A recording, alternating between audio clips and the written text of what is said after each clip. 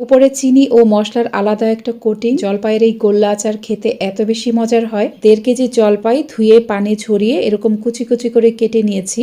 বিচি থেকে যতটা সম্ভব জলপাইয়ের অংশ আলাদা করে নিতে হবে। একটা প্যানে বেশ কিছু পরিমাণ শুকনা মরিচ, 2টা লবঙ্গ, 2টা এলাচ, অল্প একটু দারচিনি, 2 টেবিল চামচ পাঁচফোড়ন, একটা তেজপাতা ভালোভাবে টেলে নিতে হবে। ঠান্ডা হয়ে যাওয়ার পর মশলাগুলোকে শিলপাটায় অথবা ব্লেন্ডারে আধা ভাঙা করে নিতে হবে।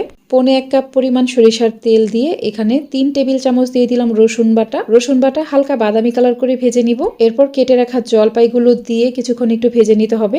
এখানে 2 চা চামচ মরিচের গুঁড়া, আচারের জন্য স্বাদ মতো লবণ দিয়ে আরেকটু ভেজে দিয়ে দিলাম 1.5 কাপ পরিমাণ চিনি। আচারে ঝাল মশলা নিজেদের টেস্ট অনুযায়ী দিবেন। চিনি দেওয়ার পর অনেকটা পানি উঠে আসবে।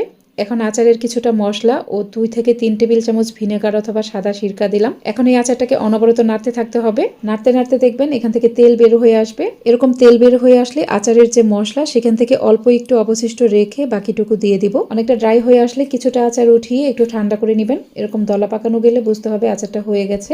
এখন চুলা বন্ধ করে প্যানটা নামিয়ে ফেলতে হবে। এখন 1/3 কাপ চিনি, কিছুটা বিট লবণ ও আচারের যে মশলা ছিল সেটুকু দিয়ে সবকিছু ভালোভাবে মিশিয়ে নিব। এদিকে আচার অনেকটা ঠান্ডা হয়ে যাওয়ার পর কিছুটা করে নিয়ে এরকম ছোট ছোট গোল্লা পাকিয়ে তারপর বানিয়ে রাখা চিনি ও মশলার মিশ্রণের মাঝে প্রত্যেকটা গোল্লা দিয়ে এভাবে কোট করে নিতে হবে।